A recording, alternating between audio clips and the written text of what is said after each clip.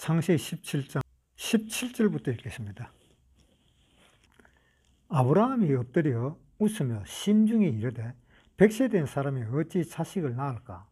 사라는 90세니 어찌 생산하리요 하고 아브라함이 이에 하나님께 고하되 이스마엘이나 하나님 앞에 살기를 원하나이다.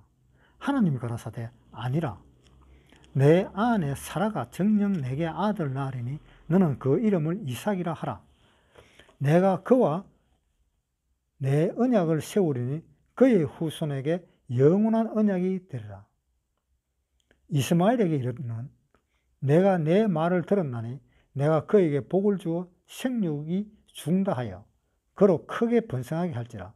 그가 12방백을 낳으리니 내가 그로 큰 나라가 되게 하려니와 내 언약은 내가 명년 이 기한에 사라가 내게 낳을 이삭과 세우리라. 하나님이 아브라함과 말씀을 마치시고 그를 떠나 올라가셨더라.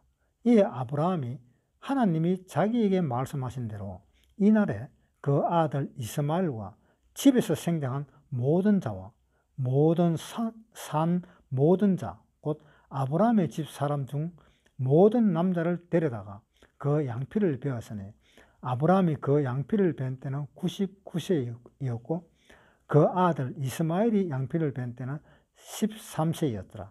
당일에 아브라함과 그 아들 이스마엘이 할례를 받았고 그 집의 모든 남자 곧 집에서 생장한 자와 돈으로 이방 사람에게서 사온 자가 다 그와 함께 할례를 받았더라. 하갈이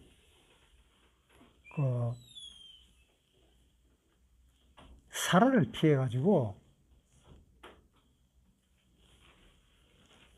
도망을 갈 때 하나님이 하갈에게 나타나가지고 그 사라 아브라함한테 다시 돌아가라 라고 이렇게 이야기를 했습니다. 그랬는데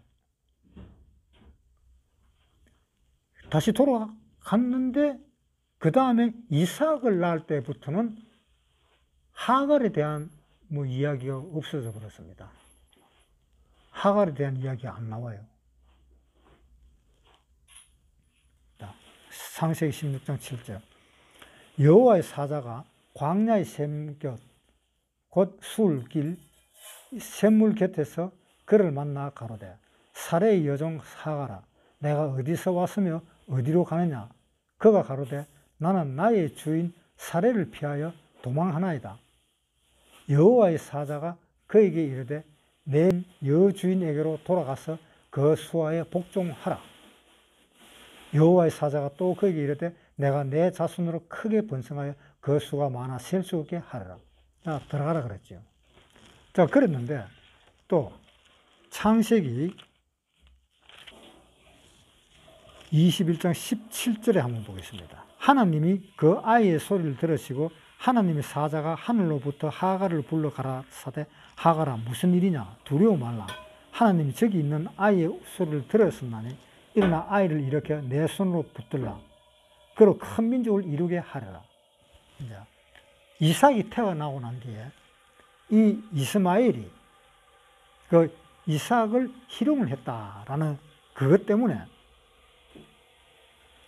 뭐라고 이야기했는가만 21장 10절에 그가 아브라함에게 이르되 이 여종과 그 아들을 내어 쫓으라. 이 종의 아들은 내 아들 이삭과 함께 기업을 얻지 못하리라 하며 아브라함이 그 아들을 위하여 그 일이 깊이 근심이 되었더니 하나님이 아브라함에게 이르시되 내 아이나 내 여종을 위하여 근심치 말고 사라가 내게 이런 말을 다 들으라. 이삭에게서 나는 자라야 내 씨를 칭할 것임이니라. 그러나 여종의 아들도 내 신이 내가 그로 한 민족을 이루게 하리라 하신지라. 아브라함이 아침에 일찍 일어나 떡과 물 한 가죽 부대를 취하여 하갈의 어깨에 메어 주고 그 자식을 이끌고 가게 하며 하갈이 나와서 브엘사베 들에서 방황하더니 가죽 부대에 물이 다합니다. 그 자식을 떨기나무 아래 두며 가로되 자식이 죽는 것을 참아보지 못하겠다 하고 살 한 바닥 가서 마주 앉아 바라보며 방송대곡하니. 자, 그래서 사라가 그 이스마엘과 하갈을 내가 쫓으라. 그래서 쫓겨났습니다. 쫓겨날 때에 하나님은 메나 사라의 말을 듣고 그렇게 하라 그랬습니다. 아브라함 보고. 그러면 이것이 도대체 무슨 내용일까? 처음에 하갈이 도망갔을 때는 사라한테 가가지고 복종하라 그랬고, 그 다음에 와서 복종하고 한 3, 4년 동안 키웠는데, 그 사라의 말을 들어라. 내가 쫓도록 해라. 그래서 또 내가 쫓으라고 이야기했습니다. 이것이 무슨 이야기일까요? 이것은 갈라디아서에 보면 그 해답이 나옵니다. 갈라디아서 4장 21절. 내게 말하라. 율법 아래 있고자 하는 자들아, 율법을 듣지 못하였느냐? 기록된 바 아브라함이 두 아들이 있으니 하나는 계집종에게서 하나는 자유하는 여자에게서 낳았다 하였으나 계집종에게서는 육체를 따라 낳고 자유하는 여자에게서는 약속으로 말미암았느니라. 이것은 비유니 이 여자들은 두 언약이라. 하나는 시내 산으로부터 종을 낳은 자니 곧 하가라. 이 하가는 아라비아에 있는 시내 산으로 지금 있는 예루살렘과 같은 데니 저가 그 자녀들로 더불어 종노릇하고 오직 위에 있는 예루살렘은 자유자니 곧 우리 어머니라. 기록된 바 잉태치 못한 자여 즐거워하라. 부르치 못한 자여 소리질러 외치라. 이는 홀로 사는 자의 자녀가 남편이 있는 자의 자녀보다 많음이니라 하였으니 형제들아, 너희는 이삭과 같이 약속의 자녀라. 그러나 그때의 육체를 따라 난 자가 성령을 따라 난 자를 핍박한 것 같이 이제도 그러하도다. 그러나 성경이 무엇을 말하느냐? 계집종과 그 아들을 내어 쫓으라. 계집종의 아들이 자유하는 여자의 아들로 더불어 유업을 얻지 못하리라 하였느니라. 그런즉 형제들아, 우리는 계집종의 자녀가 아니요 자유하는 여자의 자녀니라. 하갈이 사라를 멸시하는 바람에 그 멸시하는 것을 보고 사라가 하갈을 핍박을 했지요. 그 핍박을 피해가지고 임신한 몸으로 도망을 갔습니다.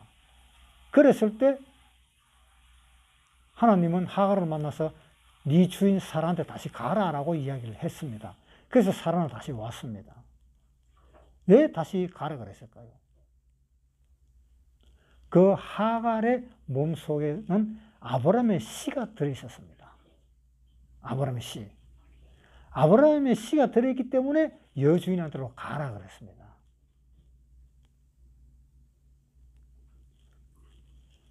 그랬는데 여주인한테 와서 십몇 년을 살다가 보니까는 또 이스마엘이 이삭을 또 희롱을 하니까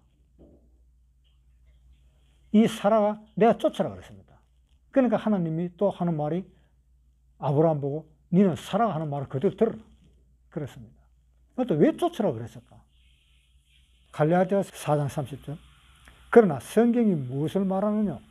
계집종과 그 아들을 내어 쫓으라. 계집종의 아들이 자유하는 여자의 아들로 더불어 유업을 얻지 못하라. 이제 유업을 얻지 못한다. 그 계집종의 아들 이스마엘은 유업을 얻지 못한다. 이런 이야기죠. 내가 쫓으라 그랬습니다. 그러면은 하나님이 하갈을 사라에게 다시 들어가라 할 때는 언제고 이제는 또 쫓아내라 하느냐? 그 이유는 뭘까요? 하나님은 이 계집종의 여종과 육체를 따라 난 그 여종과 약속을 따라 난 그 약속의 자녀와 그 차이를 하나님은 말씀하고 계시는 겁니다. 즉, 그것을 육체의 자녀와 약속의 자녀의 그 차이를 알리는데 하나님은 목적이 있었던 겁니다. 그래서 그 차이를 갈라디아서에서 이야기를 해줬습니다. 육체로 따라난 그 아브라함의 자손을 내가 쫓아라 하지 않았느냐. 그러니까 육체로 태어난 그 아브라함의 자손은 쫓겨난 자손이다라는 그 이야기입니다. 자, 이것은 이 하갈과 사라의 관계, 이삭과 이스마엘의 관계를 이야기하고 있는 겁니다. 4장 21절. 내게 말하라. 율법 아래 있고자 하는 자는 율법을 듣지 못하였느냐 기록된 바 아브라함이 두 아들이 있으니 하나는 계집종에서 하나는 자유하는 여자에서 났다 하였으니, 자, 하나는 계집종에서 하나는 약속하는 자유하는 여자에서 났다. 계집종에서 난 것은 율법 아래에서 난 사람이고, 자유하는 여자에서 난 사람은 하나님의 복음에서 태어난 사람입니다. 그러니까 육체를 따라 난 것은 하나님의 약속하고 상관이 없어요. 완전히 율법으로 따라 난 사람입니다. 그런데 약속으로 난 사람은 하나님의 복음으로 태어난 사람입니다. 그러니까 우리가 이방인인 우리가 하나님에게 복음을 받고 우리가 구원을 받는 것입니다. 왜? 혈통으로 태어난 것은 아무 소용이 없기 때문입니다. 그래서 어떤 사람은 이런 이야기를 하는 겁니다. 나는 이래도 모태신앙이야, 이렇게 말하는 사람이 있습니다. 그 모태신앙은 아무 상관이 없습니다. 육체로 따라 난 사람입니다. 육체로 따라 난 사람이 모태신앙입니다. 약속으로 따라 난 사람은 모태신앙이 아니에요. 하나님의 약속에 의해서 태어난 사람입니다. 그래서 계집종, 즉 하갈에서 태어난 그 이스마엘, 하갈에서 태어난 그 사람은 율법 아래 태어난 사람이고, 그 사라의 몸에서 태어난 사람은 약속하는 자의 자손이다라는 그 이야기입니다. 그래서 30절에 해놨잖아요. 그러나 성경이 무엇을 말하느냐? 계집종과 그 아들을 내어 쫓으라. 계집종의 아들이 자유하는 여자의 아들로 더불어 유업을 얻지 못하리라 하였으니, 그런즉 형제들아, 우리는 계집종의 자녀가 아니요 자유하는 여자의 자녀라. 즉 약속의 자녀다라는 이야기입니다. 그 차이가 있다는 겁니다. 그 차이 때문에 창세기에서 하갈을 보고 그 사라에게 다시 들어가라. 그 다음에 또 그 아들 이스마엘이 이삭을 희롱을 하니까 그 다음에 또 내가 쫓으라 라는 그 이야기입니다. 그 다음에 23절에 계집종에서는 육체를 당하고 자유하는 여자에게서는 약속으로 말미암았느니라. 자, 우리가 구원받은 것은 육체를 따라 난 것이 아니잖아요. 우리는 이스라엘의 자손이 아니잖아요. 우리는 약속의 자녀이기 때문에 하나님을 부를 수 있는 겁니다. 그러니까 우리는 이방인이지만 육체를 따라 난 것이 아니라 약속에 의해서 난 사람이기 때문에 우리도 하나님이라고 부를 수가 있다는 이야기입니다. 그 다음에 24절에 이것은 비유다. 이 여자들은 두 언약이라. 하나는 신의 산으로부터 낳은 자니 곧 하가라. 이 하가는 아라비아에 있는 신의 산으로부터 지금 있는 예루살렘과 같은 데니, 자, 신의 산에서 뭐가 나왔습니까? 율법이 주어졌습니다. 신의 산에서. 출애굽기 19장 1절 이스라엘 자손이 애굽 땅에서 나올 때부터 제3월 곧 그때에 그들이 시내 광야에 이르니라.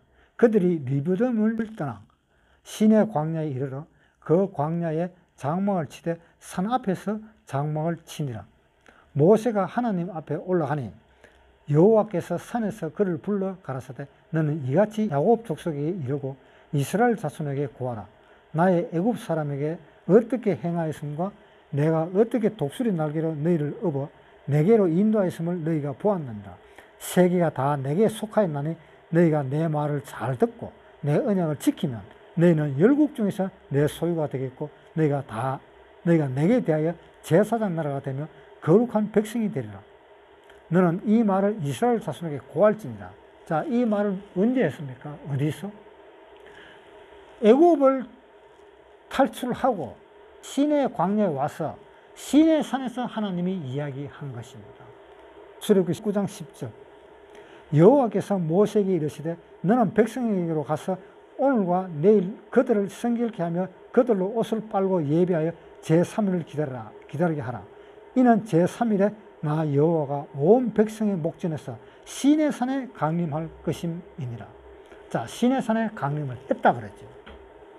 시내에서 강림을 해서 20장 1절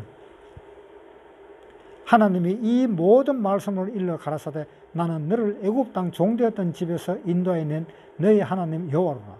너는 나 외에 다른 신을 내게 있게 말지니라. 너를 위하여 새긴 우상을 만들지 말고 또 위에 하늘에 있는 것이나 아래 땅에 있는 것이나 땅 아래 물속에 있는 것에 아무 형상이든지 만들지 말며 그것들에게 절하지 말며 그것들을 섬기지 말라. 나 여호와는 너의 하나님은 질투하는 하나님인즉 나를 미워하는 자의 죄를 갚되 아비로부터 아비에게로 3, 4대까지 이르게 하거니와 나를 사랑하고 내 계명을 지키는 자에게는 1000대까지 은혜를 베푸느니라. 자, 여기에서 율법을 선포를 했습니다. 율법을 공포를 했습니다. 자, 갈라디아서 4장 25절 이 하가는 아라비아에 있는 시내산으로 지금 있는 예루살렘과 같은 데니 제가 그 자녀들로 더불어 종노릇하고, 자, 이것은 구약시대의 성전에서 하나님을 섬기는 것을 이야기하고 있는 것입니다. 이는 구약시대를 의미합니다.